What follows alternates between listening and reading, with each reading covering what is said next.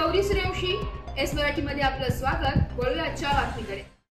नाशिकच्या कळवण तालुक्यातील कळवण खुर्द येथील बेपत्ता झालेल्या तरुण त्याच्या घरात मध्येच सापडला असल्यामुळे तालुक्यात एकच खळबळ माजली। विठोबा पवार याच्या कुटुंबियांनी बेपत्ता झालेले त्यांचे अपहरण झाल्याचा आरोप करत पोलीस ठाण्यासमोर ठिय्या आंदोलन केले। आंदोलनास हिंसक वळण लागून पोलीस ठाण्यावर दगडफेक झाल्याची घटना घडली होती।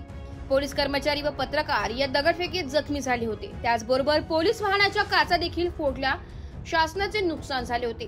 दोषींवर कडक कारवाई केली जाणार असल्याची माहिती उपविभागीय पोलीस अधिकारी किरणकुमार सूर्यवंशी, कळवण पोलीस निरीक्षक खरेंद्र टेंबेकर, सहाय्यक पोलीस निरीक्षक योगिता कोकाटे, सहाय्यक पोलीस निरीक्षक जगदीश बोरसे, बबनराव पाटोळे, स्थानिक गुन्हे शाखेचे सर्व अधिकारी कर्मचारी यांनी दमदार कारवाई केली। त्यामुळे पोलिसांचे सर्व स्तरातून कौतुक होत आहे। तो आज कळवण पोलिसांना आणि आपल्या सर्व पोलीस विभागाला मिळवून यश आलेले, त्या संदर्भात प्राथमिक माहिती काय? परवाच विठोबा पवार हा 3 तारखेला मिसिंग झाला होता। त्या संदर्भात मिसिंग दाखल होती आणि काल त्या अनुषंगाने आपण किडनॅपिंग विथ अॅट्रॉसिटीचा पण गुन्हा दाखल केला होता पोलीस स्टेशनला। सदर इसमाबाबत आम्ही 4 ते 5 टीम लावल्या होत्या शोध घेण्यासाठी। भरपूर ठिकाणी त्याचा शोध घेतला, पॅरलली सीसीटीव्ही वगैरे चेक केले।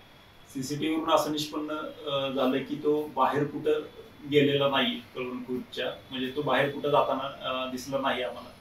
त्यावरून आम्ही कळवण खुर्दमध्येच जास्तीत जास्त लक्ष देऊन जी शेती आहे मक्याची, इतर ठिकाणी लक्ष देणं वगैरे ह्या गोष्टी सुरू केल्या आणि काही विश्वसनीय माहिती मिळाली आम्हाला की तो त्याच्या घरामध्ये असण्याची दाट शक्यता आहे।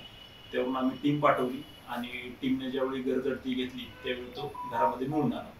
त्याची तब्येत ठीक आहे। आता त्याच्याकडे पुढील तपास आम्ही करत आहोत आणि या घटनेमागे नक्की सूत्रधार कोण आहे आणि त्याच्या मागे कोण मास्टरमाइंड आहे याचाही आम्ही सखोल तपास करतोय आणि योग्य ती कायदेशीर कारवाई आम्ही करीत आहोत। त्याच्यात काल जी दगडफेकीची घटना झाली त्या संदर्भात आपण गुन्हा दाखल केला आणि त्यावर काही कारवाई होणार आहे? कालची जी दगडफेक झाली त्यामध्ये जे काही समाजकंटक होते तर त्यांच्यावरती आम्ही गुन्हा दाखल केलेला आहे आणि येत्या नजीकच्या काळात त्यांच्यावरती आम्ही कठोर कारवाई करणार आहोत। एस मराठी न्यूज साठी तालुका प्रतिनिधी संदीप पाटील, कळवण। अशाच नवीन ताज्या घडामोडी जाणून घेण्यासाठी आमच्या एस मराठी न्यूज चॅनलला लाईक करा, शेअर करा, सबस्क्राईब करा आणि बेल आयकॉनला क्लिक करायला विसरू नका।